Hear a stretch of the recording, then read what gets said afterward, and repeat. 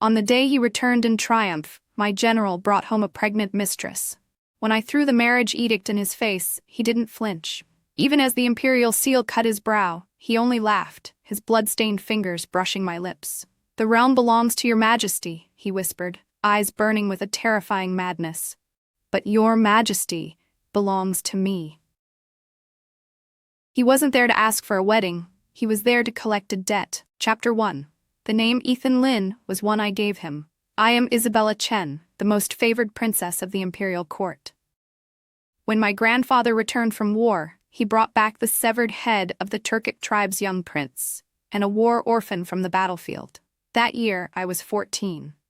The boys of noble families in the capital city were all shorter than me.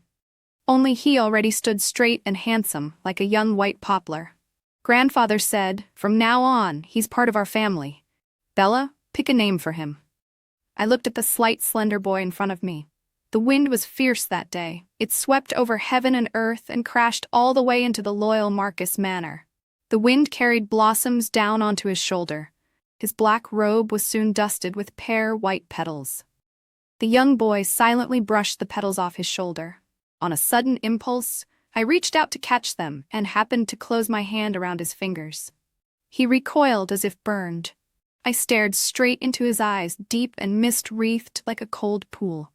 He was too good-looking, like a solitary flake of snow startled off a cold mountain by a roaring gale. Cleared his throat. I smiled at him and said, "Why don't we call him Ethan Lin?" I went to Consort Lin and said I wanted Liam to have Ethan Lin appointed as his study companion. Liam was my twin brother, the current 5th prince. Mother Consort Lin smiled. Ethan Lin might not agree. I didn't understand. Plenty of people are desperate to be a prince's study companion. Why wouldn't he? Mother stroked my head and smiled, only saying, "Some people have very straight spines, Bella. You don't understand." I truly didn't, so I went to Ethan Lin with my whole heart in my hands.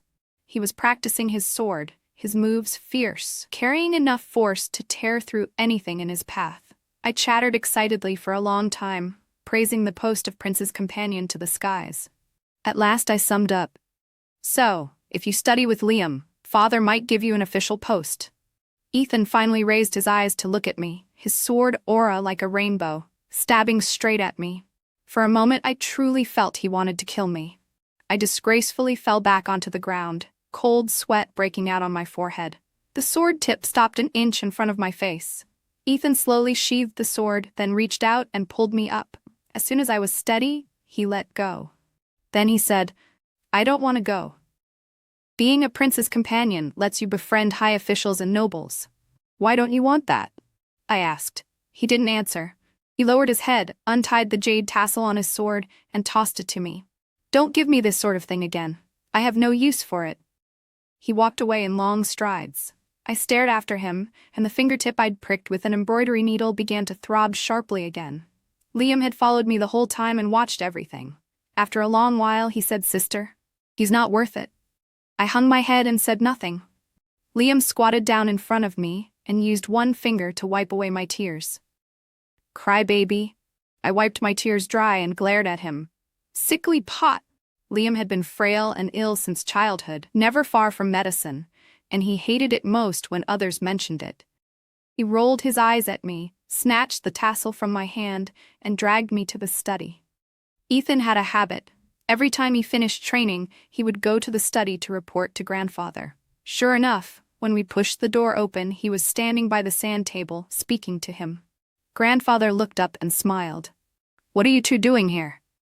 Liam smiled sweetly at Ethan, then tossed the tassel onto the sand table, though his words were to grandfather. "We've come to tell you a joke.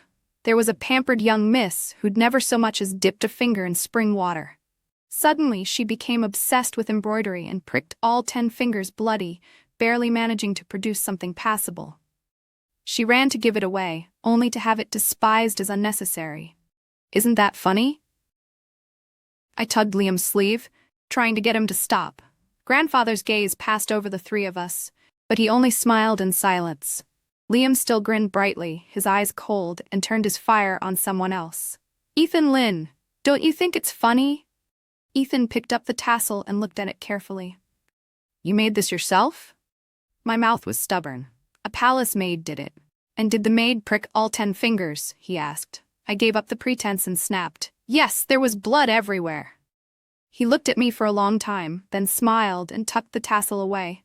Then tell the maid not to make another. It's not worth hurting her fingers for me. My face burned. I didn't know what to say. Liam gave a cold snort and was about to speak again, but grandfather coughed, and Liam shot Ethan a savage glare and shut his mouth. Grandfather smiled. Ethan. Ethan answered respectfully. Yes. Why don't you want to be Liam's study companion? Grandfather asked. I'm ignorant and untalented, unfit for such responsibility, Ethan replied. Grandfather's smile faded, his tone mild. That's not honest. Sunset light poured through the window lattice, brightening the handsome lines of the boy's face. He was clearly the same age as me, but his eyes were deep and misted like a cold pool, impossible to see through. As if making a decision, Ethan spoke each word clearly. I want to follow the Marquis to war and avenge my family. The Marquis was my grandfather, the Marquis of Loyal. Grandfather said slowly. There are plenty of people who want to fight under my command. Why should I choose you? Ethan said. Once my vengeance is taken, my life will belong to the Marquis. Grandfather smiled gently. Ethan, I've lived to this age. Your life is no use to me. I'll help you avenge your family, but in return, you will look after Bella. If she wants you as her consort, you must give up wealth and glory and be her husband. Do you agree? Ethan clenched his fist and looked at me. I am certain that in that moment, his eyes were full of refusal. But he said, I agree. Ethan Lynn is willing to follow the princess, faithful for this life. He was lying, and I was the heaviest stroke in that lie. I stared at the resentment in his eyes and found it absurdly funny. I, Isabella Chen, granddaughter of the Marquis of Loyal, the most favored princess of the imperial court, had been taught from birth how to display imperial majesty. In this world, I was the one who rejected others. When had others ever rejected me? Ethan Lynn, don't fool yourself. When I like you, I can pile all the treasures of the realm at your feet. But when I don't, I smiled gently, poison hidden in my voice. If one day I want you to die, then? He was silent a moment, then turned to look at me. Faint sunlight fell on his shoulder, his profile half in shadow, dark and unreadable. It was as if he were seeing me for the first time. He looked at me for a long while, then spoke hoarsely. Then I'll die for the princess. I laughed, my gaze a little mocking. You'd better keep your word. I turned and walked away. The sun felt particularly warm that day, the breeze especially soft. Even Liam's adolescent, cracking voice sounded pleasant. Certain people finally dropped their innocent, adorable mask and showed their fangs, he said. I kept my voice light and lazy. I'm done playing with him. Liam twined a lock of my hair around his finger and chuckled close to my ear. Sister, don't be stubborn. If he dies, I'll see whether you cry or not. I shot him a look. Then I'll hang lanterns and set off fireworks in celebration. Rounding a corner, I saw Ethan standing there in black clothes and boots. Just like the first time I'd met him. Only now, there were no pear white blossoms on his shoulder. He held an envelope in his hand. He must have cut across the courtyard to catch up. Clearly, he'd heard my conversation with Liam. Roused by young blood, he asked coldly, Is the princess's love so flimsy? I laughed and tipped my face up, staring boldly at him. I only love you if you love me. Do you dare? He said nothing. He reached out, caught my wrist, and pried open my curled fingers, placing the envelope in my palm. His hand was roughened by sword and spear, and when it scraped across my skin, a tingling shiver ran through me. That tart, itching trace cut all the way into my heart, and for a moment I forgot to scold him for being forward. Before Liam could explode, Ethan let go, his cold pool eyes fixed on me. I had the illusion that his eyes held only me. Then he smiled, like ice melting and early pear blossoms opening. What wouldn't I dare? He said. The Turkic tribes gathered their armies to avenge their young prince's beheading. Grandfather took Ethan with him, defying all opposition to put him in command of the light cavalry unit. At the same time, my mother consort Lynn was at the height of imperial favor and over 7 months pregnant. Before he left, Grandfather joked that he would bring back the brightest gem from the Turkic king's tent as a full-month gift for his little grandson. He was certain Mother was carrying a prince. The Astronomical Bureau had calculated that the purple star of sovereignty would be reborn into the harem this year, and among the consorts, only my mother was with child. We all thought grandfather would extend his undefeated legend on the battlefield. This war was bound to be victorious. The army was gone for a month. During that time, battle reports arrived from the front one after another, each of them good news. The Marquis of Loyal had taken 8 Turkic cities in a row. The Marquis of Loyal had cut down the Turkic left king beneath his horse. Young General Lin had ridden alone against 1,000 and sliced down the Turkic royal banner in a single stroke. Father's imperial countenance was radiant. He issued reward after reward, sending them both to the Loyal Marquis Manor and to Mother's Linyu Palace. Until a new report came. The Turkic right king had launched a surprise attack. The Marquis of Loyal had been gravely wounded, and young General Lin was missing in action. The atmosphere in court grew heavy, and the harem likewise fell silent. Father ordered that all this be kept from Linyu Palace, so Mother Consort Lin could rest in peace. Mother sensed something. Has something gone wrong at the front? Liam hooked his arm through hers, picked up a piece of osmanthus cake, and offered it to her, laughing. If something had gone wrong, would jewels and gold still be flowing into your palace like this? Mother relaxed a little, pushed Liam's hand away, then turned to me. Bella, you're the worst liar, you tell me. Ah, Mother, if only you knew. People who never lie are the most convincing when they finally do. I answered with half-truth and half-lie. It's just that Ethan Lin made a mess of things. Grandfather sent him ahead as vanguard, and what does he do? Takes the light cavalry and disappears. The funniest rumor says he's a Turkic spy. After this, grandfather really can't save face.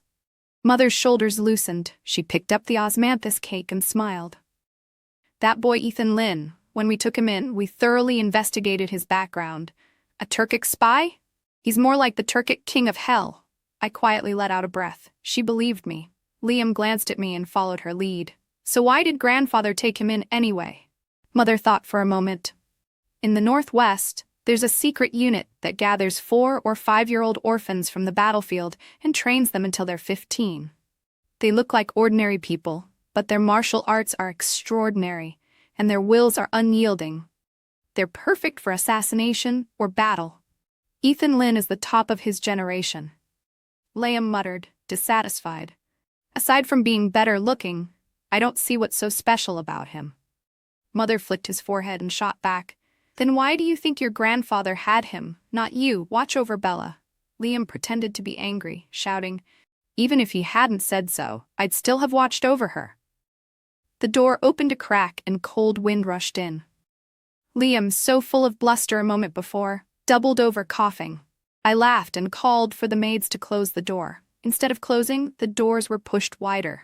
I stood up in annoyance, shielding Liam behind me and snapping, Are you tired of living? A woman in full court dress stepped in, hairpins all shades of red, festive and gaudy. It was Consort Yuan, my mother's long-standing rival. Consort Yuan's voice trilled like an aureole, lilting with laughter. Whom is the princess scolding? Her own grandfather, perhaps? My anger flared. I snapped my sleeve. Consort Yuan, mind your tongue. Mother drew me behind her and smiled pleasantly. What brings Consort Yuan here today? Were you hoping to anger me?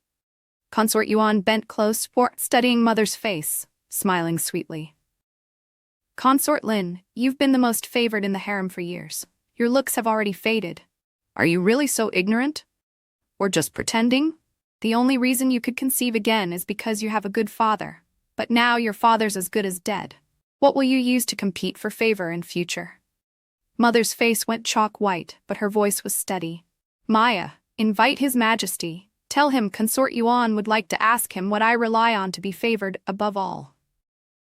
Consort Yuan's expression changed at once. She snapped her sleeve and swept out. A draft gusted through the hall. Liam coughed even harder, clutching his chest, the rasp in his throat making my heart jump. I hurried to loosen his collar, tucked a wedge-shaped pillow at his chest and shouted, Maya, fetch an imperial physician. Consort Yuan's laughter floated back, her hairpins jangling. Linda Lin, will your son share a death day with your father? In the 11th month of the 19th year of the Jingye era, 3 major events occurred in the harem. On the 27th, the emperor gained a 6th prince, named Noah. On the 28th, Consort Lin died and was posthumously titled Empress Grace. On the same day, Consort Yuan was demoted to commoner status and thrown into the cold palace. In the early winter of my 14th year, I lost my mother. Consort Yuan's curse drove her blood into chaos. She went into premature labor and bled to death. Father Emperor's fury was like thunder. From that point on, he hated even the fourth prince, Consort Yuan's son. He had only a few heirs. The elder princes had all died before 10, only the fourth prince and Liam survived. Liam had asthma from birth. The fourth prince was dull and lacking in virtue. Father placed all his hopes on Noah, the reincarnation of the purple star. Noah was my new little brother, a child who smiled at everyone. Anyone who saw him praised him. The sixth prince's features were calm and steady, with the aura of a future emperor. Liam said, "Sister, do you know? The same people who used to trample on Linyu Palace are now praising Noah. They'd trampled on Linyu Palace for the sake of the crown prince's seat. They praised Noah for the sake of that same seat." I tucked the blanket up to his chin and asked, "Liam, do you want to be emperor?" He jumped and started coughing again. Once he'd finished, he blurted, "I don't." I smiled, "But as long as we don't stand at the very top, we'll always have to live in fear. Only the highest power commands absolute submission. Between you and Noah, one of you must sit the throne." Liam groaned and hid his head under the quilt. "You be emperor. I'll give it to you." I thumped him through the covers, then said, "Drink your medicine, I'm going." Snow lay deep around the palace, carriage tracks leading straight to the gates of the loyal Marcus Manor. In that war, grandfather was badly wounded, but still reclaimed our lost cities. Ethan led his light cavalry deep into enemy territory, seizing the Turkic king's favorite youngest son as hostage and forcing him to trade city for city. Maya said, "Your Highness, do you know why her ladyship was posthumously titled Empress?" Why? Ethan's achievements earned him the rank and stipend of a Grand General. But the Marquis of Loyal had all the honors he could possibly have. So Father Emperor used the Empress's title to give the Lin family's grandson the dignity of a legitimate imperial heir. I clasped grandfather's withered hand, quietly watched his sleeping face, then pushed the door open and stepped out. There was a pear tree in the courtyard, bare of petals, bearing only snow. Late last spring, I'd still been a carefree princess. When I met the one I liked, I'd boldly told him so. This early spring I sat alone beneath the tree, without Liam by my side and with no mother behind me. I thought I must have grown up because that deadly struggle in the harem had made me fight for power with all I had. The fluttering heartbeat beneath the pear blossoms felt very far away now. Snow creaked underfoot. It was Ethan. Desert sandstorms and frozen nights under the stars had honed him sharper than ever. Blood-soaked battles had given him the air of a commander of thousands. He sat down opposite me and looked at me in silence. In his eyes there was no contempt now, only a kind of sympathy for one wounded like himself. At length he said, "My condolences, Princess." I asked, "Ethan Lin, did you avenge your family?" He nodded. Every word dripped blood. 100-fold. "Then can you keep your promise now?" I asked. He said nothing, only fixed his cold mist-wreathed eyes on me. I smiled. "Of course. My grandfather doesn't have long, and you're at the height of power. It's only natural you'd refuse to honor it." I stood to leave. My foot slipped and Ethan caught me. For the first time, he touched me and did not let go. "I am willing to follow the princess, faithful for this life," he said. I turned to look at him. "Ethan Lin, I want revenge." "All right," he said. "I want the fourth prince dead." He looked at me in silence. "All right. And I want my brother on the throne." He didn't answer. Instead, he reached out and ruffled the top of my head. I stepped back, wary. Ethan sighed. "Princess, you know, young ladies shouldn't have to live this way." My tears fell at once. Embarrassed, I fumbled for my handkerchief. But my fingers shook. The cloth slipped into the snow. When I crouched to pick it up, Ethan pulled me against him and held me there. In this icy world whose arms were this warm, whose heartbeat pounded like a drum, who opened a small patch of sky to shelter my tears and ease my sorrow, and who... I pushed him away with gentle but firm hands and said with a tearful smile, "Ethan Lin, I have my own road to walk. No one can take my place." Chapter 2. The Turkic tribes had a deadly herb. Ethan turned it into incense and sent it to me. When burned, it left behind only ordinary-seeming ashes. Silver needles found nothing. I had it mixed into the monthly allotment of incense for the harem, and let an unwitting eunuch deliver it to the fourth prince's palace. Everyone in the palace knew the fourth prince burned incense at night. While he slept, the poison borne on the smoke spread through the air, lulling him night after night as it seeped into his blood and bones. When word came that the fourth prince was wasting away, I deliberately went to the cold palace. Dressed in red, I came to deliver the news for Consort Yuan. She glared at me with hatred, but Maya pinned her firmly to the floor. She couldn't move. I asked, "When you harmed my mother, did you think about retribution?" Her voice was hoarse as she repeated over and over, "Isabella, he's your brother. He doesn't know anything. Let him go. Let him go." I smiled. "He is my brother, true, but his mother is worse than a beast." Consort Yuan dropped to her knees, banging her head again and again. "Let him go. Let him go." I set the cup of poison in front of her and smiled sweetly. "You die, or he dies. You choose." She hesitated.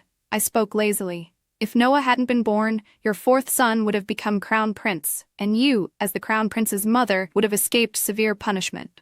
You made quite the plan. 2 lives for your son. Such motherly love as deep as the sea, so why won't you trade your life for his today?" I leaned closer, my tone icy. "Or do you still dream of being Empress Dowager?" She stared at me, then slowly took up the cup and drained it in one gulp, teeth clenched. Blood seeped from the corner of her lips. Her eyes locked on me. Her throat rasped, but no sound came out. I crouched to look at her, smiling. "The road to the Yellow Springs is lonely. Let the fourth prince keep you company. Remember, you brought this on yourself." Her pupils shrank violently, more venomous than a snake's. My hard shell held until the moment she stopped breathing. Outside the cold palace, my steps were unsteady. All I could see in my mind were her needle-thin black pupils. Maya supported me, her voice thick with tears. "Princess, let me do these things. You don't need to." I clutched my chest and bent over, retching. I had killed someone. My hands were no longer clean, and in future, they would be stained with far more blood. I knew it. The road to the dragon throne was paved with bones. All my brother had to do was sit down on that seat, clean and untouched. I would handle the rest. In the first month of the 20th year of Jinghe, the fourth prince died. When the news reached the loyal Marcus Manor, I shushed the messenger. "Don't disturb grandfather." After the war with the Turkic tribes, grandfather had sunk into long periods of unconsciousness, with rare moments of clarity. I was almost never there when he woke. I turned around and saw that at some point, grandfather had opened his eyes. "Bella." Like a child, I knelt by his bed and answered softly, "Bella is here." He coughed a few times, regret in his tone. "What a pity. Grandfather won't see Bella marry." My nose burned. "You will. You'll see me with children of my own." He smiled faintly. "Bella's gotten thinner." "I can still eat 2 bowls of rice," I said. He reached to tap my nose. "Little liar." Then he asked, "Is your mother doing well in her month of confinement? Does Noah cry a lot?" My tears almost fell. He didn't know mother was gone. The entire estate had hidden it from him. "Everything's fine," I said. "She keeps saying if Father Emperor weren't so strict, she'd come visit you herself." Grandfather slowly closed his eyes again, murmuring, "Tell her not to come.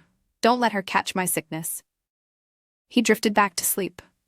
I stayed kneeling, my tears dripping one by one, soaking my collar.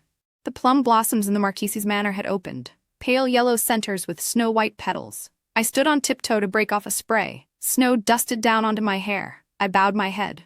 "Maya, come help me." A pair of black boots entered my field of vision. Someone gently brushed the snow from my temples with great care. I looked up. Ethan. He had grown taller, still favoring black. "Princess has gotten thinner," he said, studying me. The same words grandfather had spoken. But in front of Ethan, I could tell the truth. I have nightmares every night. Of Consort Yuan. Of the fourth prince. Funny, really. In waking life I had never feared them. But in my dreams I was alone, screaming and running in panic. "Ethan, you've killed so many. Do you ever wake up afraid?" I asked. He answered with a question. "Are you afraid, princess?" I lowered my head so he wouldn't see my expression. "Yes, I'm terrified. But I can't let anyone see it. I have to have Majesty. Only if I do can Liam and Noah be safe. Only then can I hold up the loyal Marcus Manor." He reached out and turned my face toward him, his thumb brushing the corner of my eye. Don't cry. Liam and I were born in March. Early spring was warming, but Liam was still wrapped in fox fur, his cheeks pale with illness. Father came to see us, bringing valuable birthday gifts, but had no time to sit down for a bowl of longevity noodles. Sister, I miss Mother, Liam said. You're not allowed to, I replied. He was stubborn. I'm going to anyway. I ignored him. I don't just miss Mother. I miss Grandfather too. I want him to wake up and teach me Tai Chi, teach me the weapons. He muttered. Do you remember the envelope Ethan gave me before Grandfather went to war? I asked. Liam made an ah sound. The day he said he dared to love you? I gazed up at the sky, coaxing him along. Do you know what that letter was? He shook his head. Show me. It's already burned, I said calmly. After dismissing the servants, I turned solemnly to Liam. Do you know? Every time Grandfather went to war, he wrote a final letter. Liam froze. We never knew, because it used to be written to Mother, I said with a sad little smile. In it, he said the loyal Marquis family tree was too tall, drawing the wind. Our glory wouldn't last. If he died in battle, we were to be cautious in our scheming. If we couldn't win the struggle, he'd left property for us in the southwest, and we could go there to hide from disaster. While we'd been carefree, someone had already made plans for the rest of our lives. Liam's eyes reddened. Don't cry, I snapped. He wiped his face, his neck stiff. I'm not crying. Silence fell. Steam curled from the longevity noodles. Neither of us lifted our chopsticks. Suddenly Liam said, Sister, I want to be emperor. He'd been frail since childhood, his greatest wish to be a leisurely prince, tending flowers and admiring the moon. Not long ago, he'd joked that I should be emperor instead. I stared at him for a moment. What changed your mind? He smiled, a spark of life in his sickly face. I can't let you stand in front forever. When the storm comes, it's my turn to hold it back. At some point, he'd grown taller than me, so it was easy for him to reach out and ruffle my hair. Sister, Maya told me you hardly sleep and you've wasted away, he said softly. My little Liam shared the same thoughts as I.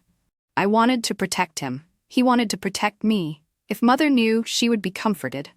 I was about to say more when Maya burst in, white-faced. Princess, the Marquise of Loyal, has passed. The teacup slipped from my hand and shattered. Grandfather had no sons. In a rare lucid moment, he opened the ancestral hall and adopted Ethan as his legitimate grandson. After a life on horseback and half a life scheming for his descendants, he'd made one last move before death. I couldn't see the full plan and no longer had the strength to try. In the carriage, dressed in mourning white, I clung to Liam and wailed.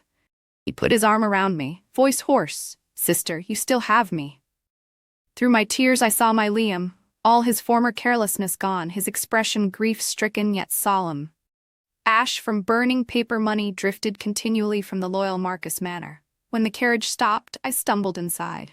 Everyone I passed said, My condolences, Princess. I nodded in a daze, brushing past anyone in my way. Why was the corridor to the main hall so long? I bumped into someone, mumbled an apology, and tried to go on. The person caught my arm. Ethan. Princess, my condolences, he said. Since the 11th month, I'd heard those words countless times. I don't want to hear them, I said. He fell silent. I shook free and strode ahead. I couldn't see his face behind me. A candle burned down, another was lit. It too burned out, another. White wax tears layered upon one another. Mourners came and went. By the time the thin moon climbed into the sky, everyone had gone.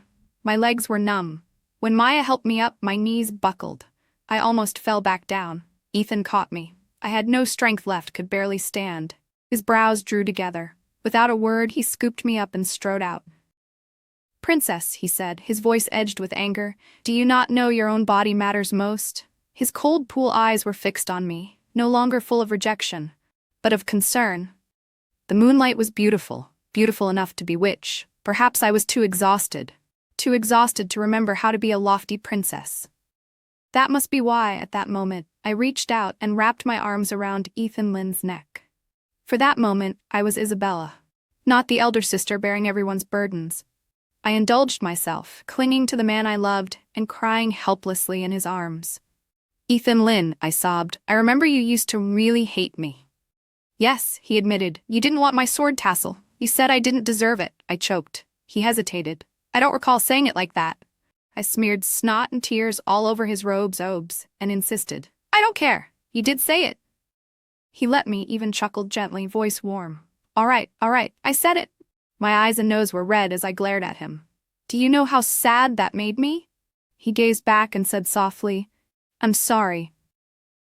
I wiped my tears with the back of my hand and spoke more calmly. You don't need to apologize. I understand now. Someone who has nothing, seeing someone born with everything, of course he'd envy and even resent her.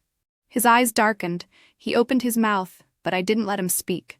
Mother told me once that luck in a lifetime is fixed. The greater your blessings, the greater the hardship you must bear.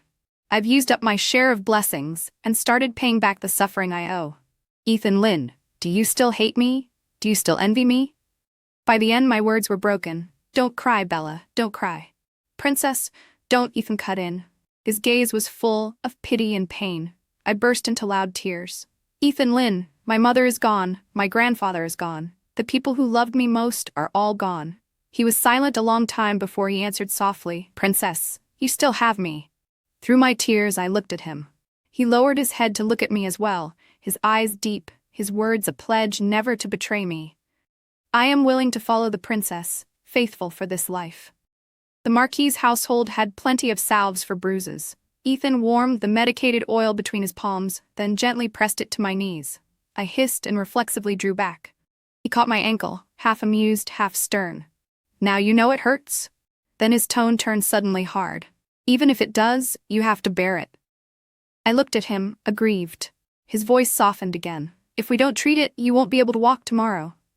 So I played the rogue. Then you'll have to carry me. He didn't look up. You're too heavy.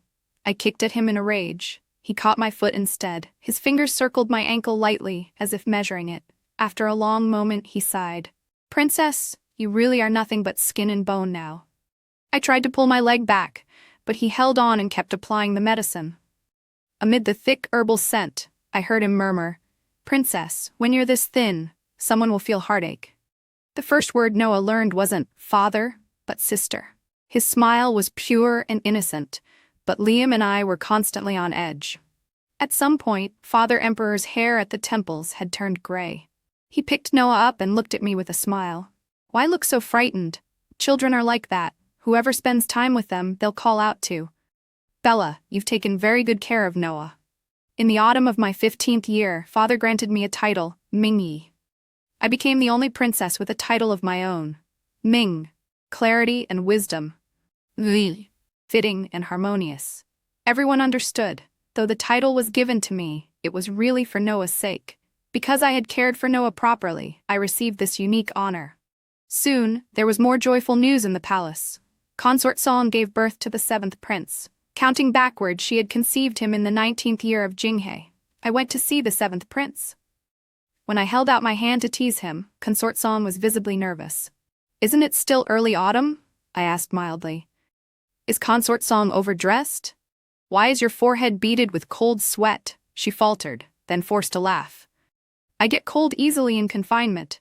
I'm just wearing more layers. I lowered my lashes and said nothing. She immediately ordered the maid to take the 7th prince away. I smiled faintly, my tone meaningful. Consort Song seems very afraid I'll do something to the 7th prince. Is it because you've done something to wrong me? Once the prince was gone, Consort Song returned to her usual gentle demeanor. It's my first time being a mother. I'm terrified something might happen, even the slightest thing. I hope your highness won't take offense. Perhaps all mothers are like that, I said. She smiled at me.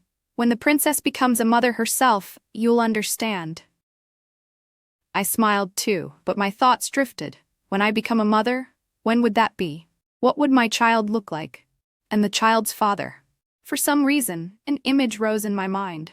Dressed in black, pear-white blossoms on his shoulder, eyes as cold and sharp as ever. Only when he looked at me did the ice melt, the mist clear, and the sun come out. Why is the princess blushing? Consort Song asked with a soft laugh. I coughed twice and said lightly, perhaps I'm overdressed today too. Back at Mingyi Palace, Noah was learning to walk. I quietly slipped behind a pillar to watch. The little dumpling could manage 7 steps. On the 8th, he always fell. He was stubborn. When he fell, he didn't cry or fuss. He let the maids help him up, then staggered down the same crooked line again.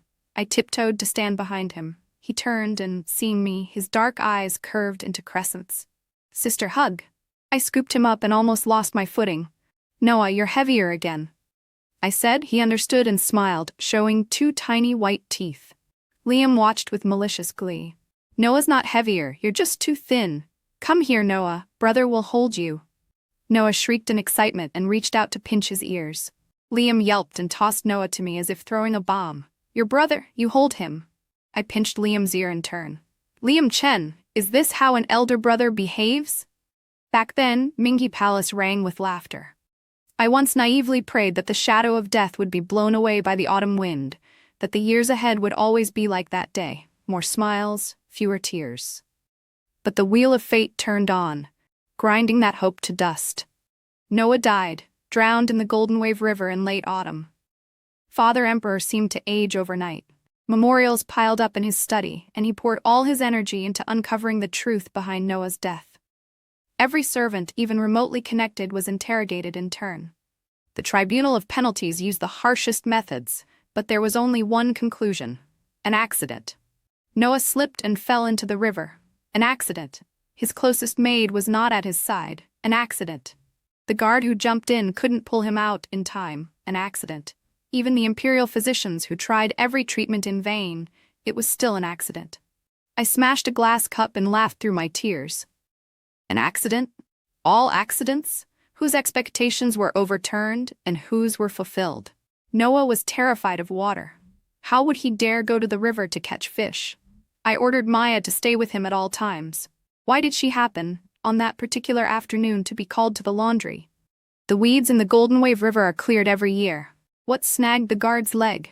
My shrill voice echoed through Mingyi Palace. No one dared answer. I covered my face and finally broke down. Noah, my Noah, born motherless, who liked to tilt his head and call me sister in his sweet little voice. When they pulled him from the Golden Wave River, he was blue with cold. His dark eyes would never open again. Such a tiny child, leaving this world with silver needles stuck all over his body. Was he cold? Was he in pain? When he fell in, did he cry out, "Sister"?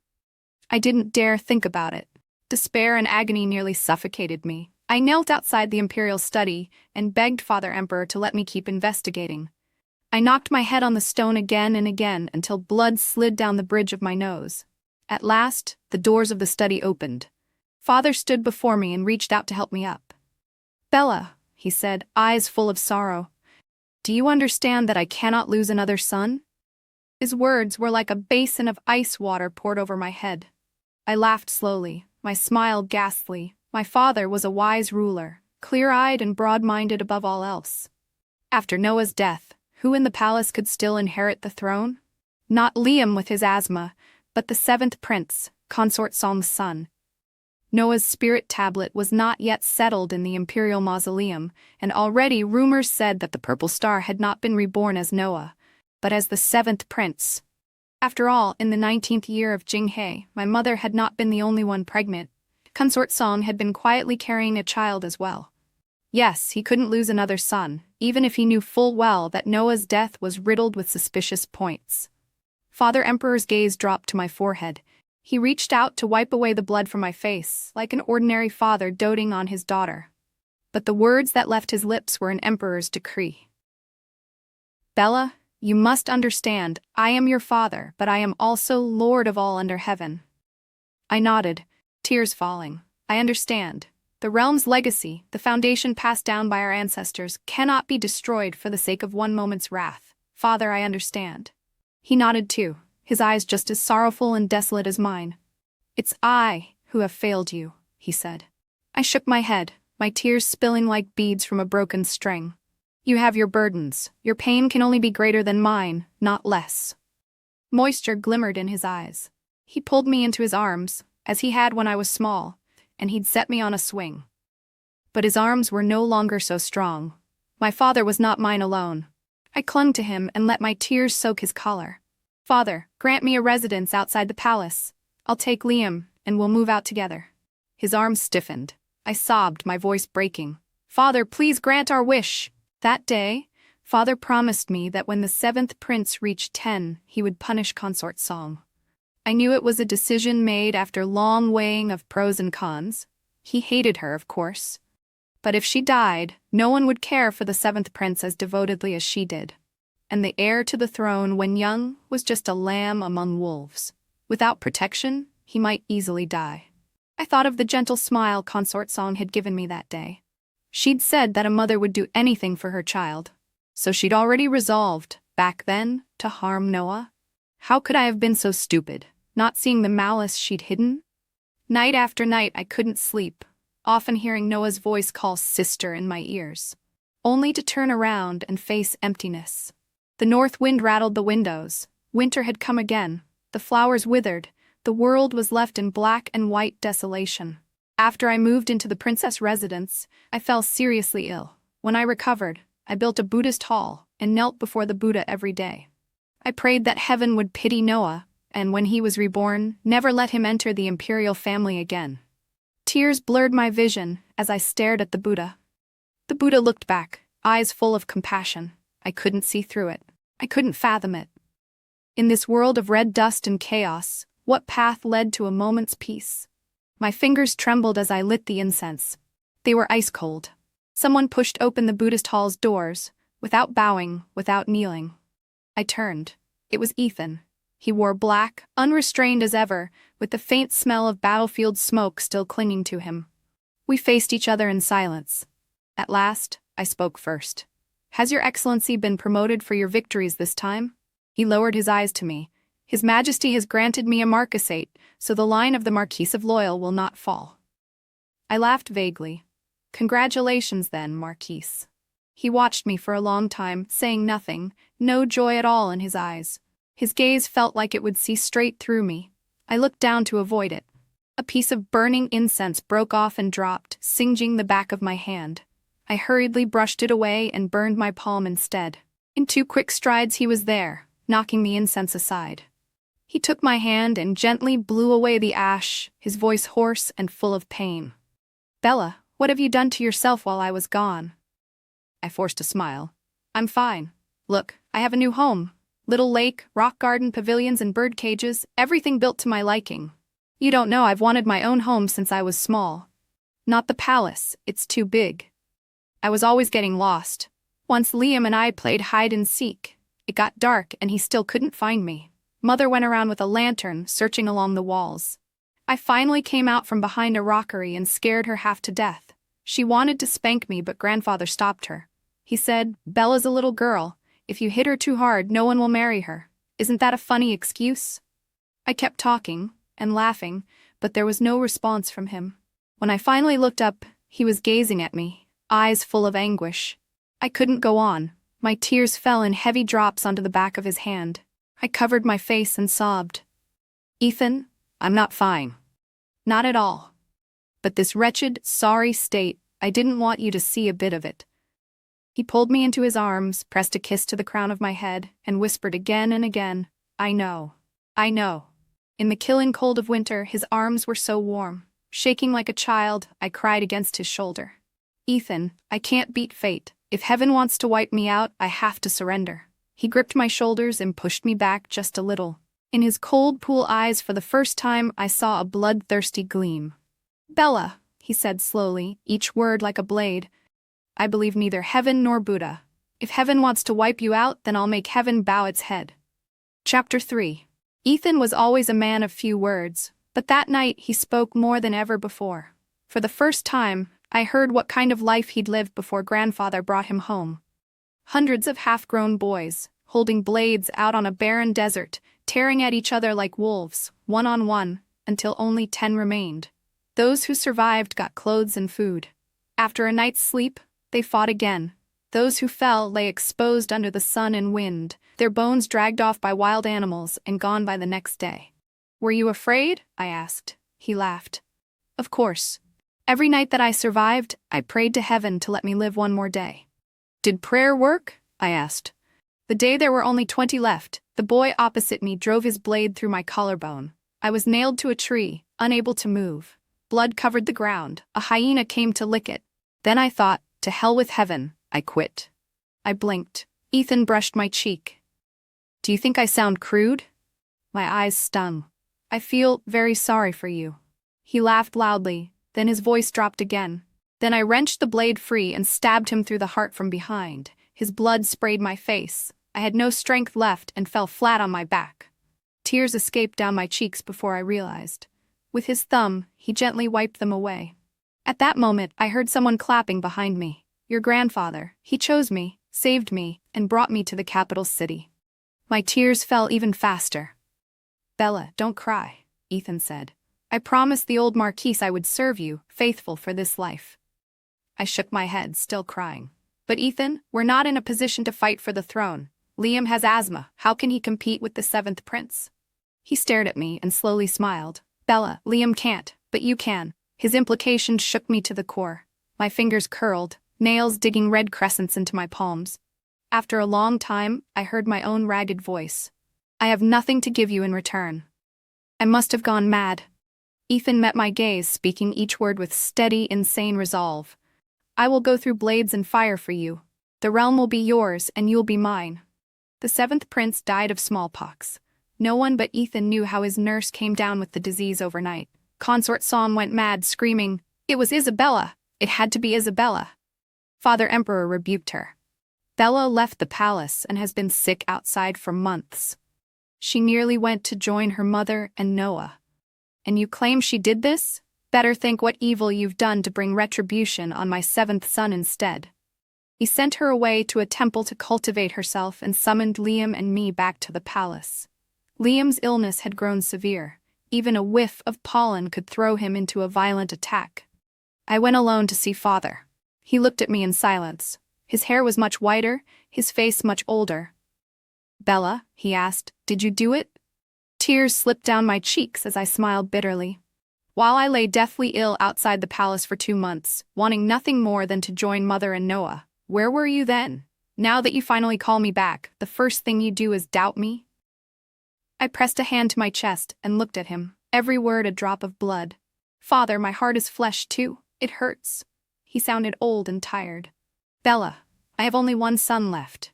I smiled. And I have only one brother left. He closed his eyes heavily. Kneeling on the cold floor, I looked up at the Father Emperor. Was it because I'd grown up that he no longer seemed so high above me? I felt only pity. When had the man on that dragon throne fallen into this endless torment born of power? I turned my eyes away, forced my heart to harden, and asked, some ministers advise you to adopt a son from the imperial clan. Will you? I fought my brothers tooth and nail for this throne, only to hand it to one of their sons? Bella, do you think I'd be willing? He said. I lowered my lashes and kowtowed, my forehead touching the floor. Please issue an edict and name Liam Crown Prince.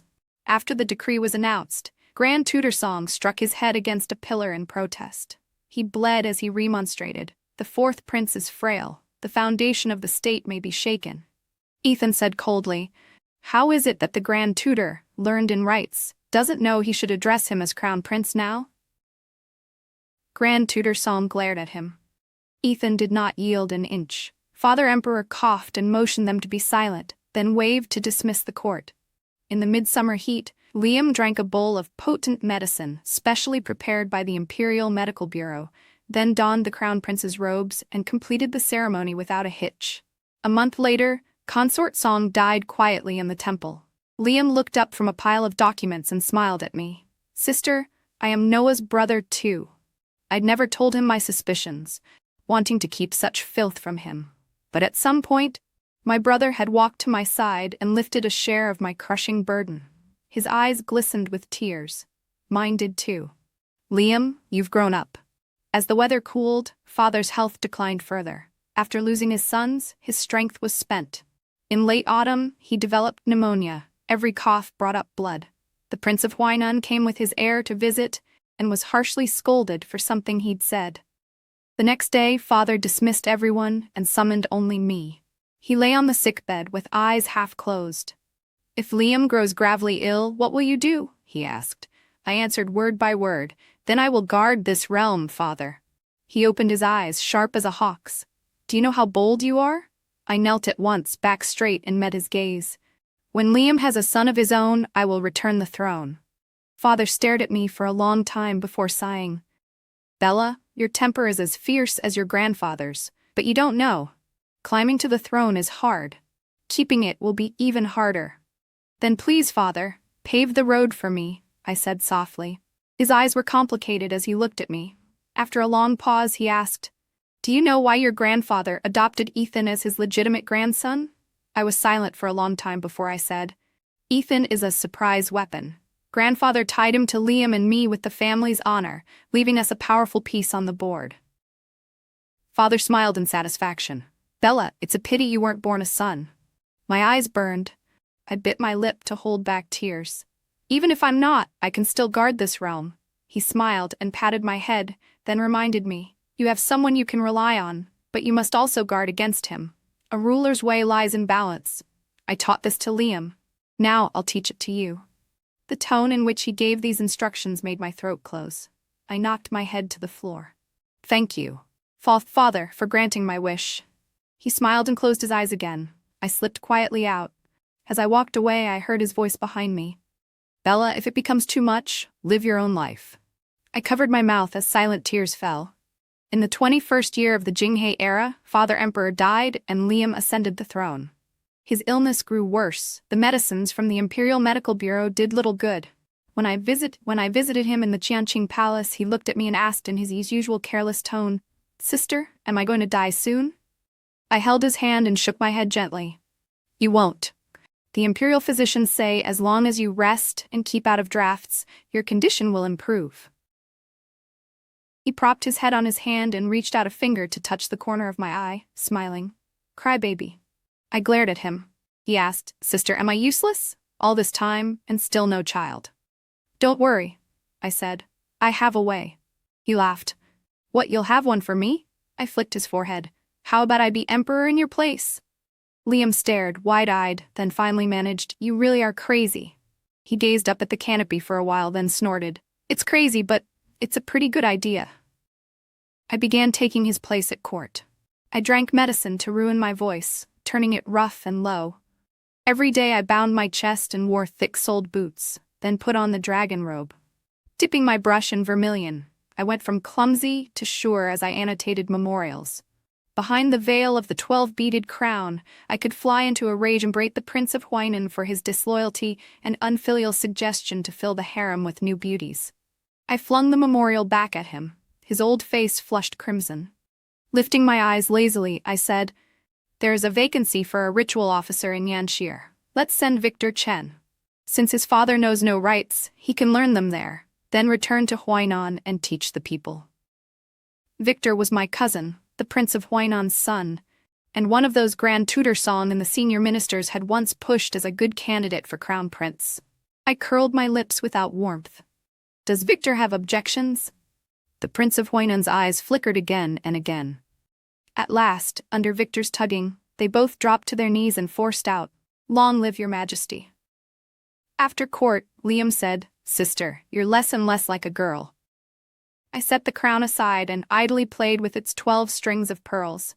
If I still acted like a girl, who would bow to me? He drained his medicine in one go, then popped a candied fruit into his mouth, tossing one to me. "I don't eat that anymore," I said without looking.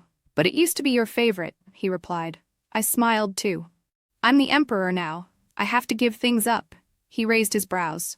"That's serious? Then I definitely don't want to be emperor. You keep at it." I looked at his utterly genuine expression and slowly let my smile fade. "Liam, go to Jiangnan to convalesce." He frowned. I lowered my lashes to hide the dark flicker in my eyes. How could I tell my dearest brother that his sister was turning herself into bait, ready to lay down her life to cut off the ambitions of the princes who might rebel? I closed my eyes briefly, then opened them again and smiled. Autumn is almost here. The capital city is too cold. The doctors say the warm, damp air in Jiangnan will help your condition. Liam, unaware, nodded at once. After thinking a moment, he added, "Can I take Consort Meng with me?"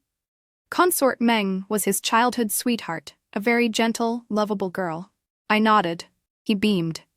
"Then when we meet again next spring, you'll get to see your nephew." I couldn't help laughing. A month later, 2 carriages slipped quietly out the side gate of the imperial city, with countless hidden guards in their shadow, headed toward Jamnan. I stood atop the highest palace tower and watched them go. The setting sun gilded every roof, washing the skyline with orange and red. A few tired birds beat their wings slowly across the sky, 3 or 4 ink dots against the painted clouds. The wind was colder up high. It tugged at my dragon robe and the beads of my crown. My little Liam had his beloved woman. In that land of mist and water, they would live a happy life. I thought, now I truly was a ruler with no family. I thought, now I had no more worries behind me. I should have been glad. So why did my heart feel so heavy, like an ancient glacier, unmelted for thousands of years? The next day I summoned Ethan. "How is Victor Chen?" I asked. "Clever," Ethan said. "More skilled in concealment and scheming than the Prince of Huainan himself." I nodded, indifferent. "Then he cannot be allowed to live." Ethan said nothing for a moment. I looked up and saw he was watching me. Through the 12 lines of pearls of my crown, I couldn't quite see what was in his eyes. "Do you think I'm terrifying?" I asked slowly. He shook his head and asked instead, "Do you still have nightmares, princess?" I turned the warm jade in my palm, smiling slightly. "Not once since I took the throne." I was lying. After I became emperor, the nightmares only grew worse. Ethan stared at me, as if looking through me at someone else. Who? The tearful girl I used to be? I squeezed the jade, forced myself not to drift, and pulled us back to the topic. "The Prince of Huainan is foolish. Victor is not. When disaster strikes, he'll open the granaries, win the hearts of the people. To kill him, I need a righteous reason." Ethan thought, "It will be difficult." I smiled, my eyes hard. "What if he tries to kill his emperor?" Ethan's face went cold. "If the princess means to risk herself, I cannot agree." I set the jade down hard on the table. The ink in the inkstone rippled. "Ethan Lin, if you don't help me, someone else will. Think carefully." Silence fell over the imperial study. Outside, birds sang and sunlight shone, but inside there was only the silent standoff between him and me. Ethan gazed at me for a long time, voice rough. "Bella, all you ever do is force me." He no longer called me princess. He called me Bella. He'd once said, "Bella, you still have me." Now he said, "Bella, all you do is force me." Pain cut through my chest, but my voice stayed calm. "Ethan, you promised me, faithful for this life." He was silent for a long, long time. Just when I thought he would turn and leave, he spoke. His eyes clouded. "If I help you this time, there will be a next time and a time after that. Bella, how far do you plan to go before you'll stop?" "I don't want this either," I said softly. I took off the heavy crown, revealing the face that belonged to Princess Royal Mingyi. A streak of sunlight slid over my hair. My face was pale. "Everyone has their responsibility. Father Emperor carried his, so we have our flourishing realm. Mother and grandfather carried theirs, so I could grow carefree until I was 14. Now that burden has fallen on my shoulders. I could stop. I could run. But if I did, what would happen to Liam, to the people?" I drew a long breath. When I turned back to him, I gave him my first bright smile of the day. "Ethan, you don't know how much I wish I could love you as freely as I did at 14, I said. His eyes flinched. He pulled me into his arms and sighed against my hair. "Bella." In the end, he agreed. Later, official histories painted the Yanchir massacre that broke out in early spring with a few delicate strokes. In just a few lines, they judged Victor Chen, an ambitious traitor who meant to overthrow his sovereign. They did not record that the fire that night devoured half a city, turning the darkness as bright as day. They did not record that gentle, cultured Victor held a dagger to my throat, slicing my neck. How did I survive that dawn? Ethan rode alone to the walls. Firelight washed him red, but could not warm his frozen expression. I saw him notch an arrow and draw the bow. I saw the arrow that pierced Victor's head, the white fletching still quivering. Blood splattered my cheek. Victor's body crashed at my feet. I did not look back. With my back pressed to the city wall, I slid slowly down. The general pulled up his horse, his black boots splashing through blood as he approached. Ethan reached down and lifted me into his arms. I curled against his chest, trembling from head to toe, unable to say a word. He kissed my forehead and patted my back lightly. "It's over, Bella. It's over." I looked up at him. He lowered his lashes and looked at me. The pale light of dawn brushed his face. His eyes had always been like a mist-shrouded cold pool, but whenever he looked at me, the sun broke through. For a moment, the scene overlapped with another in my memory. The winter night when grandfather died, when I'd cried in Ethan's arms and he'd wiped my tears away. That night he'd said that he would cross blades and fire for me. He had. My voice shook. I'm a good emperor, aren't I? His answer was a gentle murmur, as if comforting a child. Yes, princess. I laughed softly, and the sound turned to a ragged wail. I am a good emperor. He held me tighter as if he would never let go.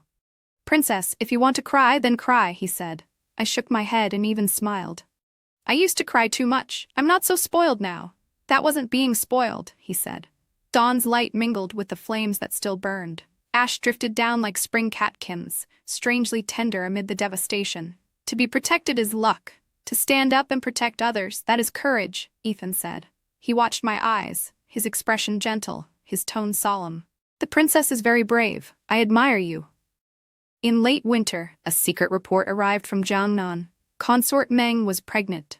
Before I could rejoice, the next message came. Consort Meng, 6 months along, had disappeared. At the same time, the Turkic tribes, quiet for a long while, sent tribute to congratulate our emperor on his first imperial heir. With the tribute came a marriage proposal. They wished their new king to marry Princess Royal Mingyi, Isabella Chen. It was a threat, a bargaining chip, for a bargaining chip. They believed Liam was on the throne and gambled that he would abandon me to secure his heir. That night, Liam wrote to me. Sister, you must not agree. I looked down at the letter, at the creases at the corner of the page that I knew too well. They were tear stains. At that thought, I clenched my hand and listened without expression as the ministers debated. Amid the chorus urging me to accept for the sake of displaying our magnanimity and virtue, Ethan stepped forward, voice cool. Such iron-boned ministers you are, yet you rush to throw a weak woman out as a peace offering. Truly an eye-opener. The hall fell silent. He bowed to me. I beg your majesty to allow me to lead an army against the Turkic tribes. I will not return until they're razed to the ground. I made him commander and Edward Zhao his deputy, and the army marched out. 3 months passed. During that time, Consort Meng was secretly brought back ahead of them. I did not go to see her. I knew my brother had, in some deep night, chosen me over her. I didn't know how to face her, so I chose not to. When Ethan returned in triumph, he brought back a pregnant woman. My brush froze above the memorial I was annotating. Princess, if you want to cry, just cry, Maya murmured. Those words again. Not long ago, Ethan had said them too. And now this man so good to me, had come home with another woman. It felt like 1,000 needles pricked my heart, but not a single tear would fall. After a long time I lifted my head and smiled. What do I have to cry about? A man of age should marry. It's a happy event. Maya's face twisted with pity. The princess is putting on a brave face again. I shook my head. Summon him in. The doors of the imperial study opened and closed. Light footsteps sounded. I studied Ethan. He stood still under my gaze. He was thinner and darker. Only the stubborn line between his brows remained unchanged. When I'd had enough, I closed the memorial and asked coolly, "Do you need me to grant you a marriage?" He said calmly, "I only want to marry you." I hurled the jade seal at his brow. "I'm the emperor. Try acting like a human being." Blood snaked down from his temple to his brow. Ethan wiped it away without care and smiled. "In the bitter cold of the border, I guarded it 3 years for you. In the Yanshur massacre, I faced 1,000 for you alone. We agreed. The realm would be yours, and you'd be mine." His tone was light, but his eyes burned with feral light. This young general, this madman was beautiful to the edge of unreality. I sneered. "Save the sweet words. If I meant that much to you, how did another woman end up carrying your child?" He suddenly smiled, his brows relaxing, then sighed. "Princess, that's Consort Meng." I blinked. The one who returned a month ago wasn't Consort Meng. The physician said she was carrying twins. An imperial heir that valuable cannot be guarded by a single small escort. The earlier convoy was a decoy. The real one traveled with the army. He said it all in one breath, then looked at me and laughed. When he'd had his fill, he asked, "Princess, were you jealous just now?" My face heated. I was not. Feeling guilty, I stood on tiptoe to look at the wound on his temple. "Does it hurt?" He didn't answer. He simply drew me into his arms, resting his chin by my ear. "Princess, the realm is safe now." I stared blankly. Yes, the Turkic tribes were crippled. The imperial clan cowed. The realm was safe. "Princess," Ethan said, "I once made a wager with you. Do you remember?" I did. That day in the Buddhist hall I'd wept that I couldn't fight fate. Ethan had wiped away my tears and vowed, word by word, that if heaven tried to destroy me, he would make it bow its head. Through blades and fire, he'd keep me safe. He had kept his promise. I looked up at him, my eyes filling with tears again. In front of him, I always seemed to turn back into that crying girl. "Ethan Lin," I choked. "When consort Meng gives birth, that will be our wedding day. On that day, I want you to give up your armies and be only my husband, will you?" He held me tight and kissed my forehead, his voice almost a sigh. "I've waited a long time for this day." Outside the window, the pear tree was in bloom. The spring wind shook a few blossoms loose, scattering them over his shoulder. He raised a hand to brush them off.